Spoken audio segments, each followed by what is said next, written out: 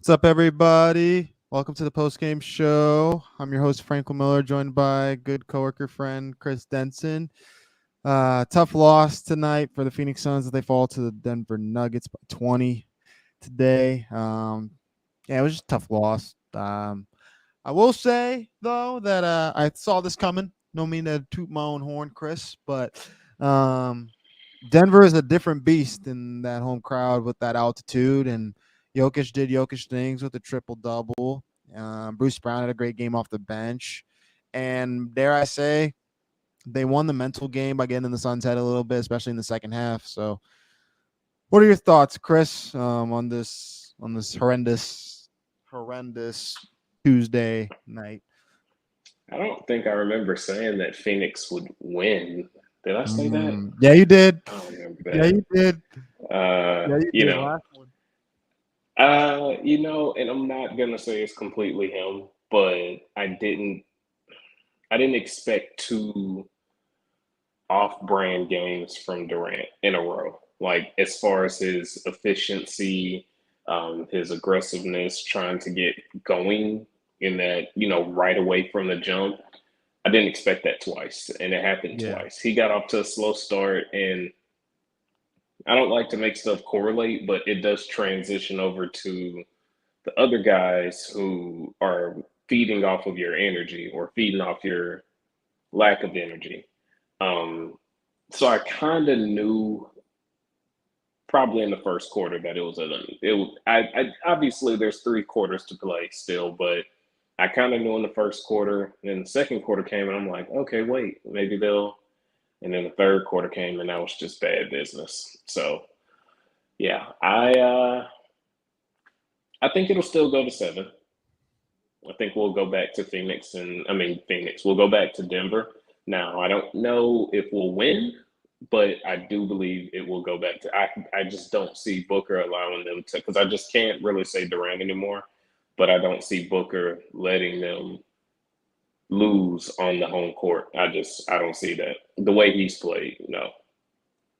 Yeah, no, I think if what Phoenix has going for them is they can at least count on the fact that they play well on their home court in Phoenix. And yeah, I expect the Suns to bounce back in game 1. I'm sorry, game Away six. from that.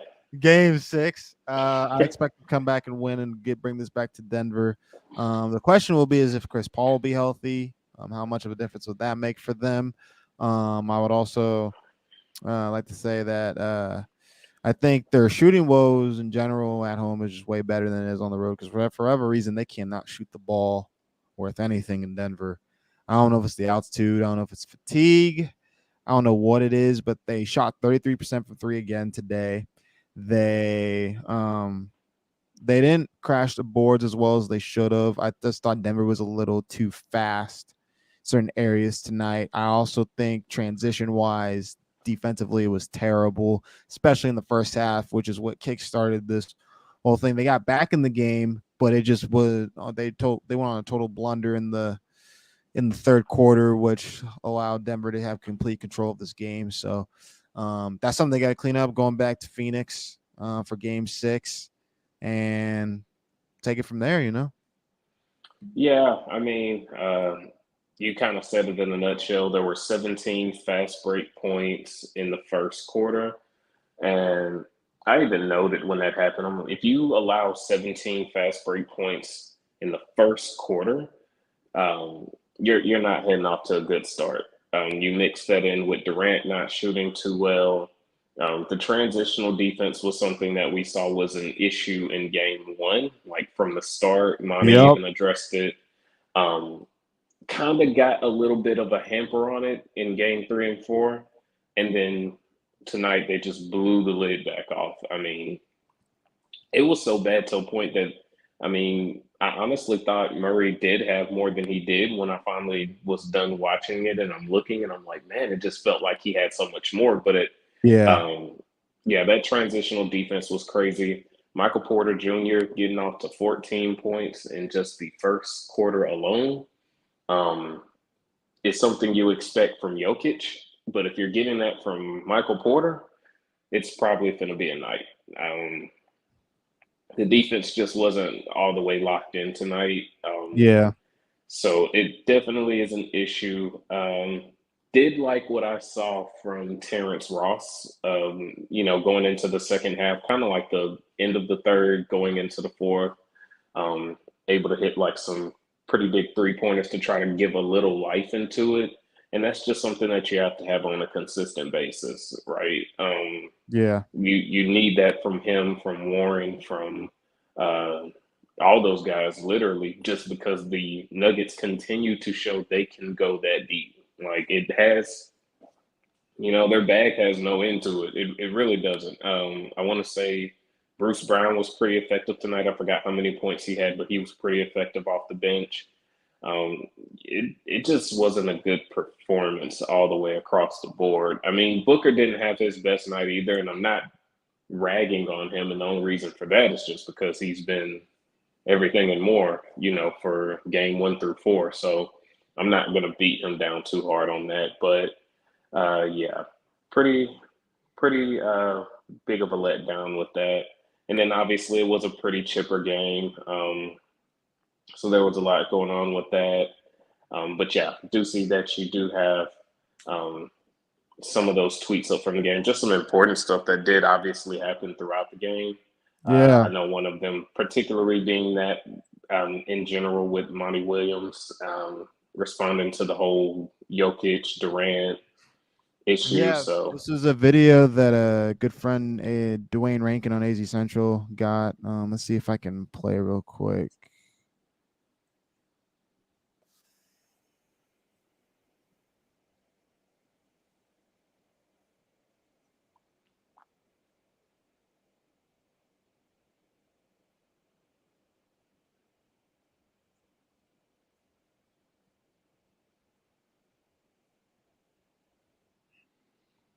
Yeah, frustrated. I don't know if you heard that. Did you hear that, Chris?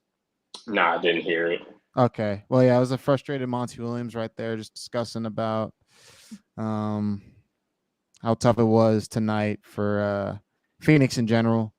Um, not only just that, but like how the league needs to monitor players, going to other people's huddles. And I think Denver just did that to get under their skin, to be honest with you, and it worked. Got KD, got them a technical foul free throw. So that's sometimes what they do in the playoffs is you got to win the psychological battle at times, and they got a frustrated team that was not shooting the ball well to kind of do a little light shove. But to be fair, Bruce Brown and KD are boys from back in the Brooklyn days, so Oh yeah, it was all love, to be honest with you. oh Um, yeah. I didn't want anybody to make a big deal out of that just for that yeah, reason. So I agree. yeah, and those things happen. Like I definitely understand what Denver was doing. They're trying to get any type of edge as possible to playoffs. So, but yeah, you got a lot of different quality looks over here. But yeah, no, Yeah, just in general, yeah. it was pretty interesting. I know that after the game, Michael Malone was saying that they went over and filmed how Booker initially, if he's initiating offense, he's walking the ball up. So their game plan was to try to give him more of a press at full court versus it just letting him get into that pace of setting that offense and getting that fluidity. And like I said, Booker didn't have like the worst game ever. He was 8 of 19 for 28. But I think I even heard the announcer say for this to be like one of his off games, if you want to call it that, that's still a pretty good off game to have. I mean, it is. So it definitely just was one of those games. And then as far as the Jokic and Durant thing, I mean, that's to me, I'm not making a big deal out of that one too. Anybody that's watched, basketball long enough, that is definitely a old school tactic. It's not Yeah. brand new. It's not, there's literally plenty of playoffs you can go back and watch where other players have done that, going into someone's total or trying to rile them up, get under the skin, pretty normal. So I didn't make too much of a big a deal out of that as I did the actual contest in itself. If the game was a little bit, a little more closer, then maybe, but no, not at that point. They were just adding more fuel to the fire, honestly. Yeah, man. Yeah, I totally agree with you. It's all love between those guys, and it's just like another tactic to just kind of get an edge in the playoff game. It is what it is. I kind of wanted to allude more towards the Suns side of things of just how they look. I thought Landry Shamet competed his butt off today. Jamal Murray still got some tough looks on him, but there are signs where I feel like Landry Shamet got in Jamal Murray's skin a little bit, Oh yeah, there was some back and especially in the forth. second half. Especially in the Yeah, second half, I thought the refs missed a call on Jamal Murray yeah. when he kind of yanked his shoulder, but um, it's just little stuff like that I think was really, really cool. Oh shoot, my fault. But I think also too that DeAndre Ayton I thought was arguably one of their better efficient players on offense today. As crazy as that sounds, even though he only had like 14 points, I thought he was really well with the minutes he played. I thought he competed really hard on the defensive end. I thought he grabbed boards. It didn't, allude to a whole lot, but at the end of the night, but I thought he was one of the better players tonight. I mean, well, I don't know. What do you think of the way DeAndre Ayton and the bench as a whole played tonight? So I mean, honestly, I didn't really feel too enthused by the bench at first. I felt like TJ Warren was doing really good. Mhm. I felt like he was given a pretty good defensive front on the in the first half, and then I felt like Terrence Ross kind of took the a little bit of that, going like I said into the third, well, going into the fourth from the third. But to Aiton's point, like people say, we say all the time with Aiton, he's not someone that you're going to be able to measure his game by points and rebounds. If you do that, then it's not even you're going to get a wrong read. You're just never going to have a definite answer. So yeah, if you actually watch the game tonight, like you said, he did definitely impact stuff on defense as far as being able to try to be a little bit better of a rim protector or a post up defender. Um, I honestly kind of like you when I was looking at him, like, okay, yeah, he didn't have a 20, 13 night or something, but he did good. Like he wasn't bad. Um, Kind of to your point, I feel like he had one of his more productive nights of the series. So I was pretty impressed with what I took from him with that, honestly. Yeah, I agree, and I did like the Terrence Ross minutes as well, off the bench, where I thought he got some good quality looks in the second half, especially. I do think though overall moving forward, the way the Suns kind of look at this, and I think you kind of alluded. Sorry, that's my Mac, but the way you kind of alluded to it, I think you said this earlier in the season when the Durant trade happened. Is you fully expected this to be like a 2-year window for the Suns or a 3-year window, I forgot, and I couldn't agree more. I think the Suns don't really look at this as a this they have to necessarily win the championship this year. Obviously, they want to and they would like to, but the way they're kind of looking at it, this was a stepping stone to the next year and the year after that to when they can easily be the best team in basketball. Because I think you already have two efficient, great scorers in D Book and Kevin Durant, that can get you 30 a night. And I think one thing that James Jones has to do this offseason, I think I'm truly believe this is going to be the biggest offseason in Suns history upcoming.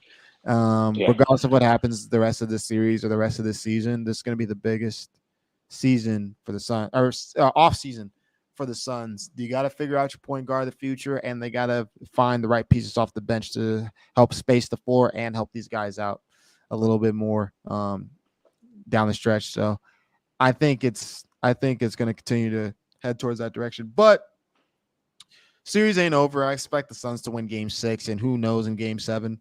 So yeah, likewise. yeah, I agree with the offseason projection. I do feel like a lot different than last offseason. Offseason, the Suns will have a lot of different hands and a lot of different pots when it comes to upcoming big name free agents or people that they feel like would take a little less to come join instant contenders, surround Booker, surround Durant. So I do feel like they're going to have a lot of different hands and a lot of different cookie jars going into the yeah, summer. Um, Oh yeah, 100%. for sure. Yeah, for sure. Yeah, so I know there's one thing that kind of popped up post game as well. They asked Chris Paul a question on whether he will be back for game 6, and he even answered saying that we'll see, I'm trying to, which take that for what you will, because a lot of the players on the team doesn't necessarily really say fully what's going to happen next game. And so take Chris Paul's word for it. I think and expect him to be back for game 6. I think what Shams tweeted, I'm going with the rest of the way. Even though when the Suns were saying he was day to day, I knew from the get go that I was like, look, he's not playing game 3, 4, or 5. Everybody knows this, but it would. I fully expect Chris Paul to be back on that in that lineup for game 6, back in front of the home crowd. Um, but I do also believe that the Suns will take it safe, if I were to say. But yeah, that's the tweet right there from Tim McMahon, ESPN. So yeah, well, I don't know. Do you think he'll play this upcoming game, Chris, or where are you at with that? So I honestly feel like it's a mutual thing with Paul and the Suns right now. I don't feel like with something as serious as a groin injury, they were going to bring him back a moment before they had to. Um, heck, in some other magical world, if the Suns did sweep the Nuggets without Paul or win the next couple of games without Paul and finish the series, no, he wasn't going to come back. Not at least for this series. Yeah, But Paul knows, like the Suns know, this is more than likely about 85% to 90% Chris Paul's last run at a championship. He's probably not going to be back next season. Um, so this is probably as optimal as a window as you're going to get. yeah, Just depending on where he would sign next season or how that plays out. But this is probably as big as it's going to get. I know at one point there was a lot of not criticism, but just observation of how the offense is run with campaigning and Paul out. But when I've looked at it the past 2 games, it hasn't been just world shifting. It has its moments, but it hasn't shifted. Now, granted, when he first came in for, Chris Paul, he did, and that's when the whole train campaign needs to start, took back off. But honestly, I don't see what you don't benefit from having Paul back in the lineup at this point, even if it's him starting. Because I know at one point we were saying, hey, maybe it's better if he comes off the bench. Even if he starts in the game, or maybe he doesn't start at first, but he comes like right in, not too much after that, gets his normal minutes. If I can get him, I'm gonna take him. Just because, like I said, the Suns understand they need him. This is probably his last year. Chris Paul knows that as well, and so the writing's kind of on the wall. So I do predict we probably will see him if he is at all healthy enough to go ahead and give it a go. I definitely think we do see him, and I think it probably will have a pretty big impact, especially with them coming back home. So yeah. If there is Suns practice tomorrow for the media, that's going to be huge to kind of view to see if Chris Paul is going to be back for game 6. But yeah, again, I agree with you. I think the writing's on the wall too. I'm just of the mindset that I'm a firm believer on how the reports have gone all season long when it comes to how the Suns have been viewing the point guard market. And I truly believe in the Fred VanVleet talk. I truly believe in the Kyrie Irving talk. I truly believe in all these different aspects that they're going to try to swing big and at a point guard next this offseason. And knowing Matt Ishbia, I think he's going to do everything in his power to make this team as best as they can and go all out to get a championship within the next 2 to 3 years. So I fully expect this to be the last rodeo for Chris Paul. Not because, I've heard anything or anything. I'm just going based off the tea leaves. And I think that the writing's on the wall, unfortunately. But then it would be awesome if the Suns could find a way to win this series to get Chris Paul that championship that he rightfully deserves. But I don't know. We shall see. Only time will tell.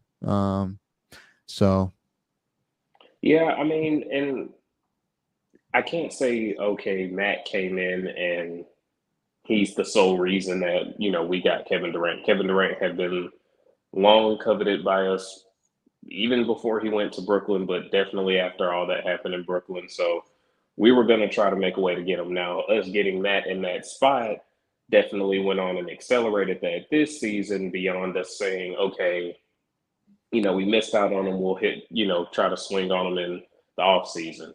But we are unfortunately one game away from all of that coming back to the forefront. The Kyrie Irvings and Matt has shown that he's willing to do whatever it takes to deliver the best chance to bring a championship to Phoenix. And I don't think Kyrie was the issue for KD in Brooklyn. I think it was just a mixture of things, just the atmosphere. And I know he speaks highly on them now, but I think it had a lot to do with the atmosphere.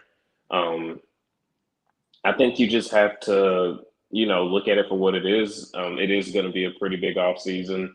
Uh, I've seen, and I know you may have seen, where the DeAndre Ayton for Kyrie switch and bait has been thrown up a lot. Um, but, that's just one of those things where you just can't really tell until we're actually done. And hopefully we're not done. But like I said, if they somehow do drop game 6 or, we still go back, drop game 7 in Brooklyn, all of that stuff becomes back up on the surface again as far as that. So I definitely do think they will make a run at Kyrie. I definitely do think that is irregardless of what happens as far as our title pursuits. And I definitely do believe that Ayton probably could be one of those, you know, pieces that they dangle around just to make something stick. But if not, there's still a lot else out there. And like I said, I think this is going to be a much more busier off season for Phoenix than last year for sure. 100%. Yeah. And it should be a fun one too. I expect the Suns to get some couple, if not one home run guy in the offseason based off of who they have at their disposal and how the culture has shifted in Phoenix over the years. So I think this is going to be really good and fun offseason if you're a Suns fan. But I don't want to continue to talk about Suns offseason yet, as they still have a series to. Yes, let's not let's not. unbreathe like. The series isn't over. So the series is not over. So, but on top of that, Devin Booker did some crazy stuff this series. First person since Michael Jeffrey Jordan, mind you, since 89 and 90 playoffs to average 350 plus points, 70 plus assists in his first 10 games to start a postseason. Look, man, this guy is unbelievable. I think he's the best version of himself. Michael Jordan in those 89 seasons as well was the same age as Booker at 26 years of age. And the following year, won a championship. So it's kind of crazy to kind of see D Book following the same kind of, tea leaves as Michael Jordan back then. But I want to say to you, man, have you ever seen a player from scoring wise and facilitating wise look like this in the postseason in your lifetime? If you could think back to one person, or is this kind of like, no, I've never seen anything like what Devin Booker's doing right now? I mean, if I think back, like, I wouldn't say in this particular era, but if I go back to maybe like the LeBron Cleveland first run era, there were a good bit of players that could put that together. But the difference is we're speaking about this era now versus, that one. He's clearly on a different run. And then I did see someone earlier. Well, it was on ESPN where I forgot what the commentator who it was, but they said that watching him this season has been like watching a star be born, or in the postseason is like watching a star be born. And like a lot of saw people say on Twitter is that this is something Booker has been doing for quite some time. I mean, I'm not going to put an exact time gap on it, but he's been doing it for quite some time. It's not out of the normality for him. He's just doing it on a larger scale. He has a larger co-star next to him, so it's magnified. But has it taken a step up? Oh, absolutely. I mean, he's in his own little stratosphere right now. Um, Butler, like we were saying the other day, Butler is pretty much right there as far as just being able to will his team. But I think Booker just has some beat in terms of doing it consistently. Like Butler does have those nights where he wants to take off or, not, push as much, which he does tend to turn on in the, postseason. But I mean, like I said, Booker's pretty much carried this team pre and post Durant. So it says a lot. I mean, it does. It says a lot. Yeah, man, it's really special to watch too if you're a Suns fan, and it's good that's happening right now with Kevin Durant still going to be on the team for a little bit as well. I think we're about to see a new fun era in Phoenix, and I think it's going to be resulting in at least one chip. I don't know if it's happening this year, but I'm confident enough to say that they can get one in the next year or two, depending on how these off seasons go. Because I think with the way Booker's been playing, I think not only just his scoring, I think defensively too, he's just a complete player right now. I was even talking with my friend earlier today about that too. It's like the friend asked me, what does Devin Booker do that's so good? And I was like, everything. Everything, I pretty was like much at this everything. point. Like, and Yeah. at first I could have at least picked one area that was really good, but after the way he's been playing in these playoffs, I'm like, bro, he's the best version of himself. Like, there's no weakness to his game. He's looking like a top 5 player in these playoffs right now. So arguably the Yeah. best player. But obviously there's other players like Jokic, of course, and I know the Bucks didn't win, but Giannis is still up there, and you even have your teammate KD. But I would say D Book's been looking a little bit more efficient, more so than KD this postseason. Which actually brings me to my next question. What are your thoughts on KD in this game? I thought he had one of his worst games I've ever seen him play, and I thought from a scoring wise, from turnovers, from everything, the first like 3.5 quarters, he just did not look good at all in this game. So Yeah. And like I said, it kind of felt like a repeat of game three. Took them a really long time to start getting aggressive, and you could afford it at home. You really cannot afford it away. Like it's unfathomable. So I wasn't really impressed much like yourself. I felt like it was one of his worst games that I've seen. Definitely since being with Phoenix, he was 0 for 3 in the first quarter, 1 point from the free throw line. missed a It lot of was free throws. yeah. I was kind of So shocked. it's I can, and the thing is, your shots are gonna fall. You're Kevin Durant, they will fall. You're going through a little spell, but ending the quarter 0 for 3, it's like at some point you have to be more aggressive with your shot selection. Picking your spots more. And it was just like I saw somebody on Twitter saying like it was almost like a get Kevin Durant to drive without getting stripped challenge going on, because it was just like the Nuggets were just all over him. And it kind of gave me flashbacks to last season with Brooklyn in the first round, where the Celtics just had his number. And it just felt like he could not. I always felt like the next game he was going to find a different attack for it. He was going to shake out of it. But it's almost like you don't want the Nuggets to figure you out, especially going into an elimination game.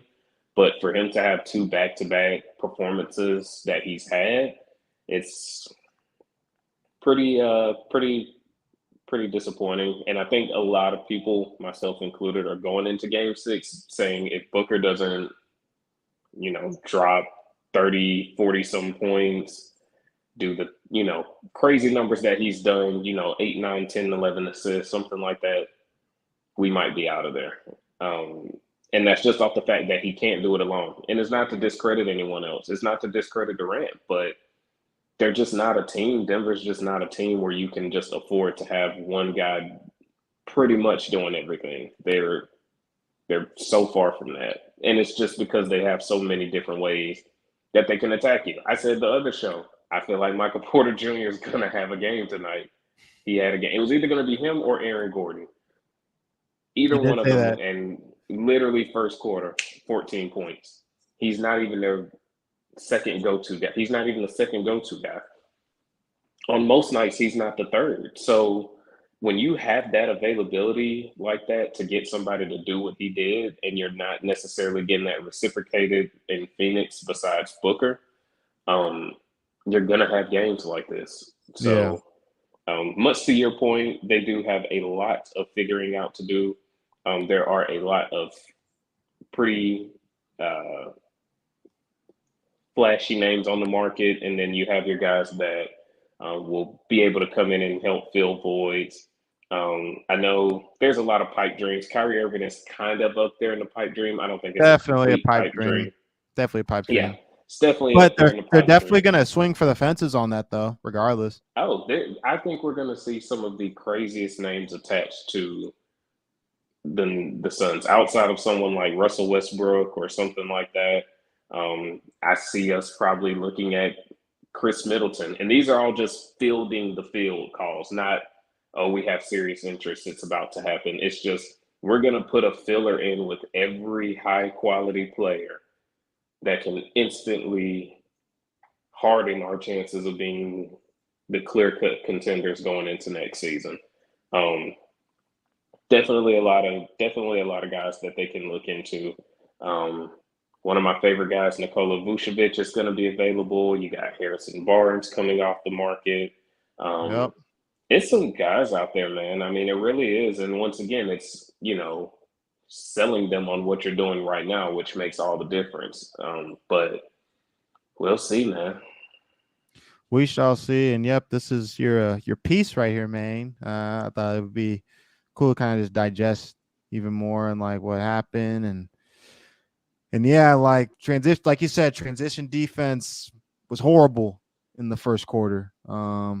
It was something that honestly the Suns used to their advantage against Denver in game 3 and 4, and Denver just got back at them today, and they never looked back. Honestly, as Yeah, I well. mean, it was just like I was sitting here and I'm like, is this game one all over again? Like, did game three and four just not happen? And like I said, you're going to give up points to them. They led the league or they were tied for first place in transition points during the regular season. They're going to get those. Yep. But 17 in the first quarter, that's just bad business. I mean, you're literally asking for trouble from that point on. So, Yeah, I agree. Even alluded to Terrence Ross stepping up, which I actually thought so too. As I said a little earlier today, I thought Terrence Ross had one of his best games off the bench today, at least from standpoint of like his role that they had him utilized right. in. And I thought he gave him really good a plus minus score tonight. Obviously, I think everybody dropped in the minus, but I thought he was one of their better players tonight.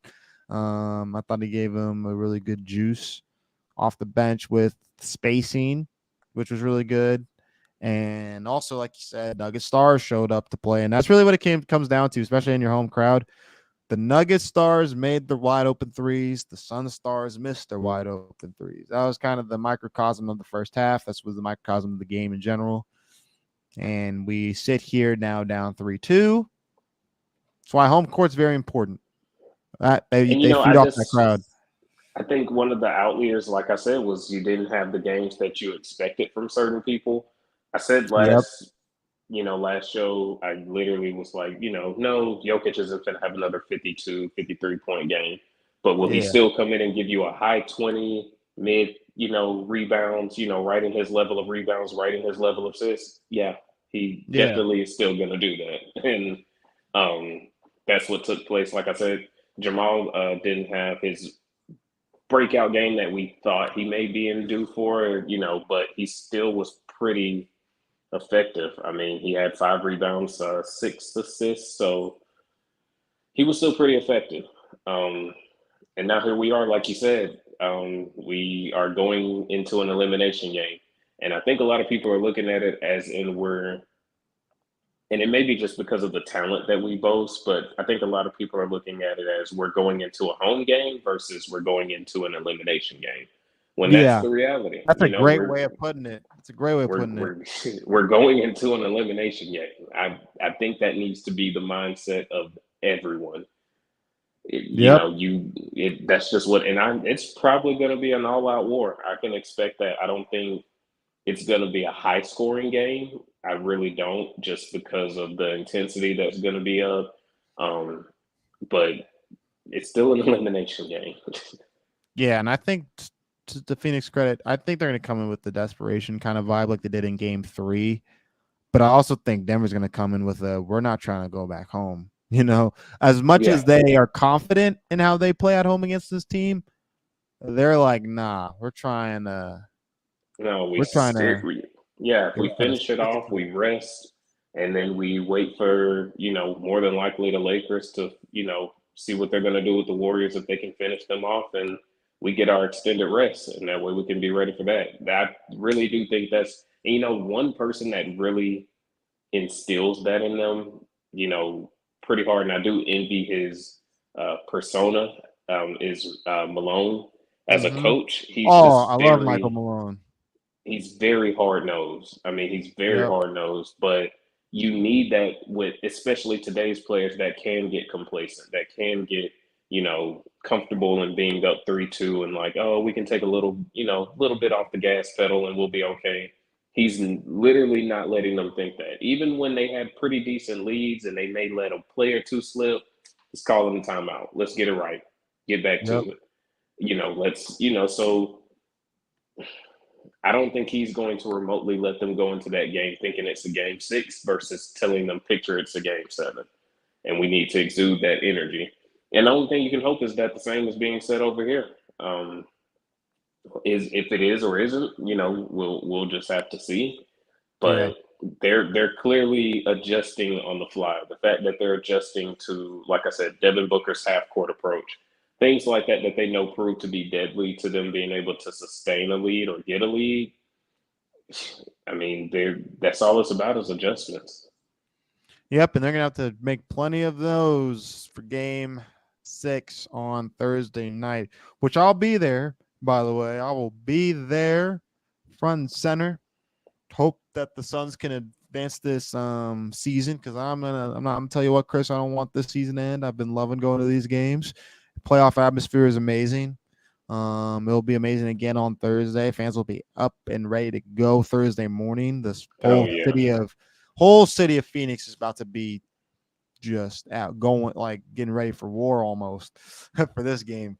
Oh So yeah, because I should be a mean, good no one. matter how you feel about the team, you may be potentially looking at your last game of the season, and Yep. your last home game.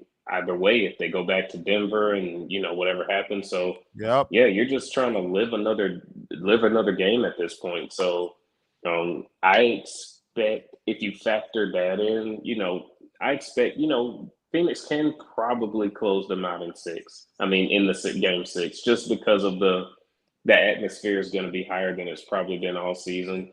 Um, it's just one of those things where you just still worry about is it going to be enough though on the flip side. Yeah, man. I would even add on to it is yeah, fans gotta come. I'm confident fans are gonna be ready to roll for Oh game yeah. 6. But yeah, they gotta come with extra juice for this one to give them a boast. I expect Devin Booker to have his typical Devin Booker game. I think he's gonna jump to the challenge tonight that game. I also expect Kevin Durant to be back. He might still start the game off slow because I don't know what it is, but he's been just starting games off very It's slow just been to really me. slow starts in the first quarter for him. Yeah, and it kind of I shocks me can because he's typically a person that gets it going right away. But He's an initiator. Like yeah, he sets a pretty hot streak for himself early on, but that yeah, it's a bad setup for the remainder of the night. History has shown. So yeah, um, I am like you said. I'm hoping that we get Chris Paul back if he's healthy. Let me say that, but um, it's definitely got to be an adjustment made. Um, Yeah. it's just where do you go?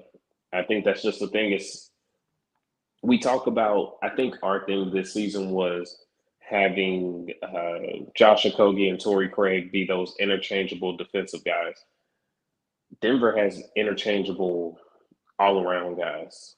It's ridiculous. So it's just, and I will say that for Monty, he does definitely, out of all the adjustments he could have had out of all the teams in the playoffs, this is probably the hardest team to adjust for, Oh yeah. easily. If you're looking down the list from even playing the Clippers, if we had the Lakers, um, even the Warriors, because you just know what they're going to present. There's not a ton of adjusting that's going to happen.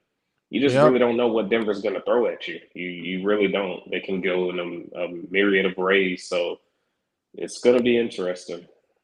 Yeah, their height, their length, their versatility on both from wing spots. It's like you don't really know. Like everybody's so interchangeable to where the system can like differentiate a whole bunch of like Aaron Gordon in a sense has developed into a stretch four type of player.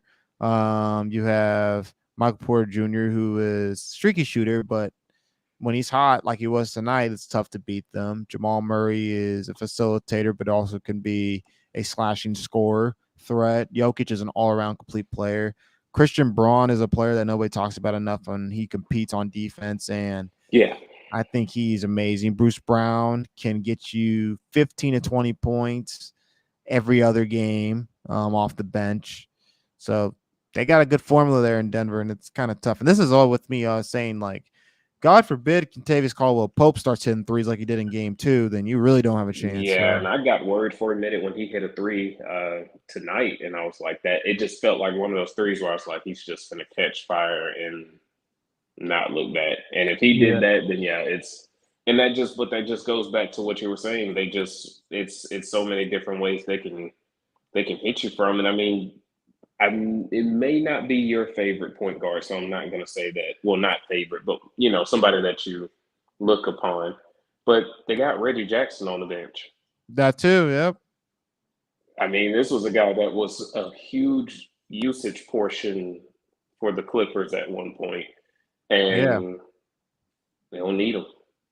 Like Malone's been going with an 8-man rotation pretty much the entirety of the series, whereas Monty Yep. has been going with a 9, and not a huge difference, but it all comes back to just how many different ways they can hit you with that 8-man rotation that they don't even have to go delving off to the end of the bench with guys that are actually high quality players. I mean, Reggie Jackson's a high quality player, so yeah. Yeah. It's gonna be crazy. Come game six. But I honestly can't wait. This is what playoff basketball is all about. Like Devin Booker said after they were down 2-0, you just gotta embrace it. They gotta Yeah. embrace it. So I don't know. Real quick, what are your predictions for game six? I know you said Suns should you have Suns winning, but what's like a score you got for them? Mm, I'm gonna go about. I did say it wouldn't be a high scoring game, but I'll say probably about like one.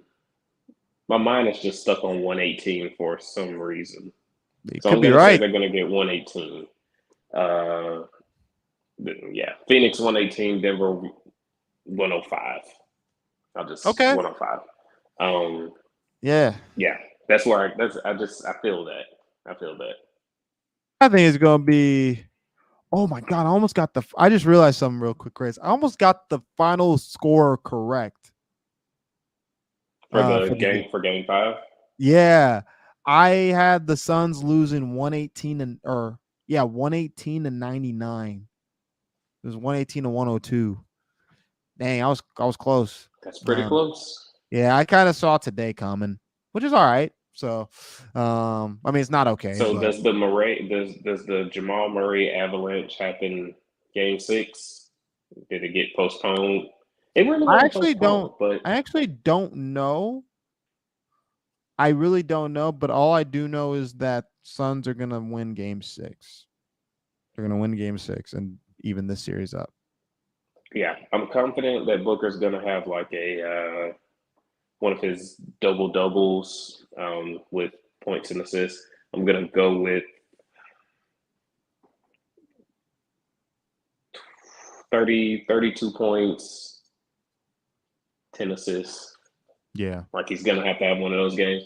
I really cannot give a outlook on Durant, and it's not because I don't believe in him. It's just I don't know what to It's expect right now. crazy to say. It's crazy to say you don't know which Kevin Durant you're getting. I've never, ever in my life when I've watched him play would say which Kevin Durant are you getting. Like I think the only time he kind of that made me kind of go like that was when he was on the Thunder and they played the Warriors in his final year with the Thunder, and he had a Yeah, really bad game 6 when the Clay Thompson game happened, and then was like, okay, what kind of game 7 he's gonna have, and he struggled in game 7 too. So, but since then, I haven't had to worry about KD from a consistency yeah, perspective.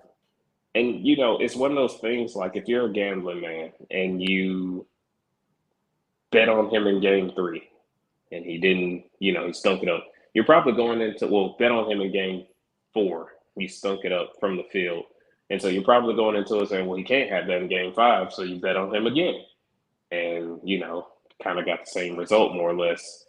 Mm-hmm. So, if I'm a betting man now, I'm like, I'm just not even going to touch that going into next game. We'll just see what happens, and I'll live with it because so far past 2 games, it hasn't been there. It's been pretty absent. So Yeah, that's good, man. Yeah, yeah. So I don't know what I'm hoping for. I'm hoping for game 4, KD to come back. But we shall see, man. Do we you have need it. any? Yeah, they're gonna need it. Do you have any last minute thoughts before we wrap up tonight's show for the fans that are tuning in? Let's see here. Updated final predictions. I have the Suns with a question mark. I have the Lakers in 6. Uh, yeah. As far as the West goes, So you have we'll Lakers in see. 6. So you have the Warriors winning game 5, and Yeah, then and they'll I do, come. I do, They'll. I do Yeah, too. I do yeah. too. I do not see, and albeit talent, I do not see LeBron letting a 3-1 lead just wash by the Oh wayside. no. Um, Not in his era of his window closing. No. do you know how many narratives are going to be talked about saying LeBron's not the Oh my GOAT? God. Because, bruh, that would be horrible to listen to for months. Yeah. LeBron's not the GOAT because he gave up a 3-1 lead. Michael Jordan's never done that. And then it's going to be like, it's going to be all hell. Yeah, they'll This spin a summer. story out of it. They'll spin a story out of Curry, making him blow a 3-1 lead. Like they'll spin the heck out. That'll spin That's how forever. much Michael Jordan turned, like, him going 6 for 6 really has people. It put this blockade around anybody's Anybody that, ascension into that status. Yeah. yeah, it's tough. It's tough. But hey, them the breaks. But yeah, I also don't think the Warriors come back. I think they win game 5 but lose. It's in LA. But hey, if they beat I honestly it's kind of crazy because I'm on the mindset of if they're gonna win game 5 and they're gonna lose game 6. But even if they win game 6, I still think the Lakers win game 7. I just don't think LeBron's gonna. There's no way he can let them come back and Yeah. actually rally from and achieve a 3-1 deficit. No. Yeah. He can go to Game 7, much like you said, but go from that? No. No. Yeah. If it happens though, wow. Oh Yeah, wow. if it happens, man, Sports And, Center will have their slot from start to oh, finish. it'll be so Start to big finish. that we'll probably have to write a story on it. Like, oh, like, Oh yeah. Yeah. They'll bring Skip back on ESPN. We'll be writing stories about it. Like it'll be that big. It'll be yeah, that big. man. But yeah, I guess my last minute thoughts is I got Suns winning game 6.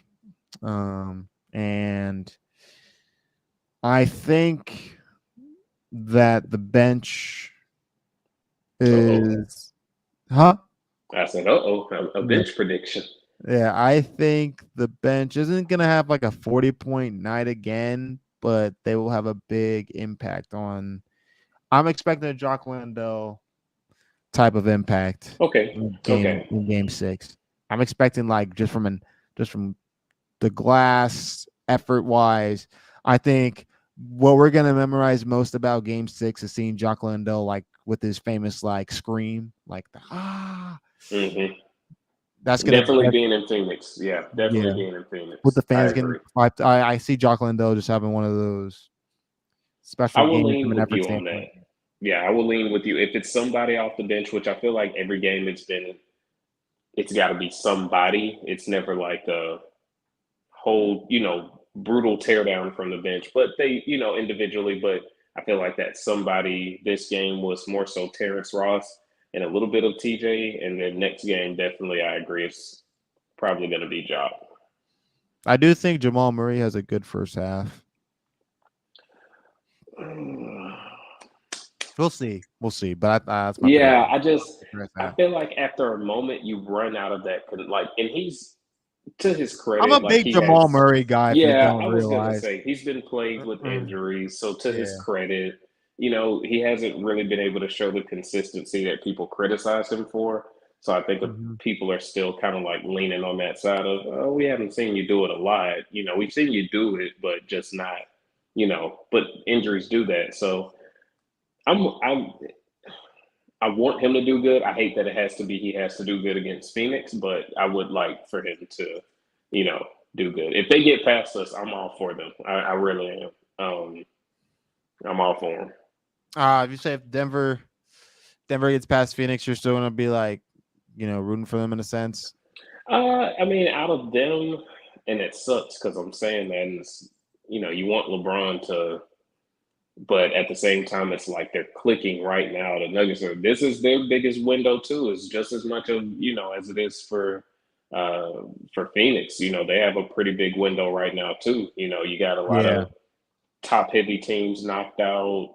This is a pretty big window. So they're deep. They're really deep. yeah, and they may They're be even healthy. yeah. So yeah, I it's the don't best. even think if you want LeBron to make that, one of those last final appearances, I don't know if they can really get past. I don't think so. It's crazy to it's crazy to see that that this it's the bubble run is kind of looking similar, I should say. Yeah, it's looking like the bubble run all over again. Like the Heat are about to be back in the Eastern Conference Finals, and you have the Lakers. You possibly will have the Nuggets. It's like we're about to find out if the bubble was really a fluke or not, so to speak.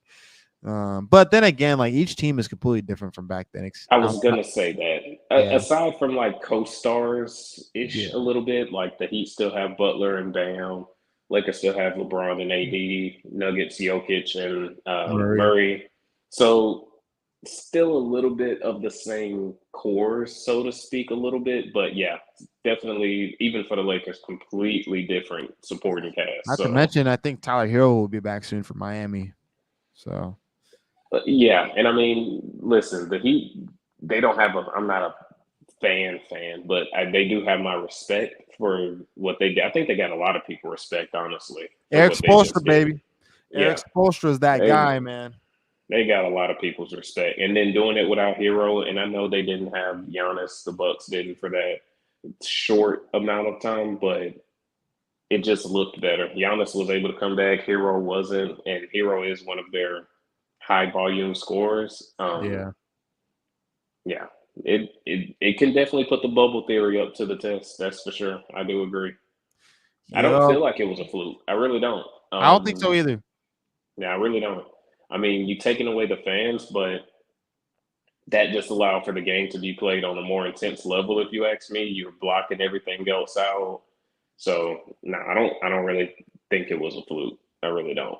I think only people that think it was a fluke is if A, your team wasn't the Lakers for that run, or they weren't close to getting to the finals, or B, if you're one of those teams that didn't even make it into the bubble, and then you're like, oh, well, that was a fluke. Well, you didn't make it, so Yeah, naturally you feel that way. So, exactly. but yeah, Yep. So that's kind of where everything's at now, unfortunately. But yeah, that'll basically wrap up this post game live, man. Sucks that the Suns lost, but They got another game on Thursday, hopefully to extend their season. We fully expect that to continue, but only time will tell. We shall see. But as of right now, thank you for tuning in on this post game live reaction video from Brent City Sports. I'm your host, Suns Insider Franklin Miller, with my other Suns Insider guy, Christopher Denson, and we'll be tuning out. We'll be back Thursday night potentially. I don't know if I'll be there because I'll be at the game. But I'm pretty sure like Chris and our other Yeah, good friend Brendan will be post game live, hopefully with all smiles. Oh, hopefully. I'm hoping it's with all smiles. So And it's hope gonna suck if we lose and we can't have you in here to help us grieve. I'm gonna say that it's gonna feel real absent. I'll tell you what. I'll tell you what. If they lose, I'll make an appearance for maybe like a little bit, just to be like, Because look. we'll probably be in here for a while because it's just gonna be so much to look at from that Hey, point. So honestly, I kid you not. If they lose, you should like if they. That's gonna sound messed up. But if they lose, you should go. You should come on here with like sunglasses and a Hawaiian shirt, and just be like, Cabo, baby. It's that yeah, time here of the we year. come. Yeah. I'm gonna print out a fake boarding pass and just flash it on the screen like it's time. It's We time. are out. Beach shirts, Hawaiian shirts. Linen is calling our name. It's bad. Yep.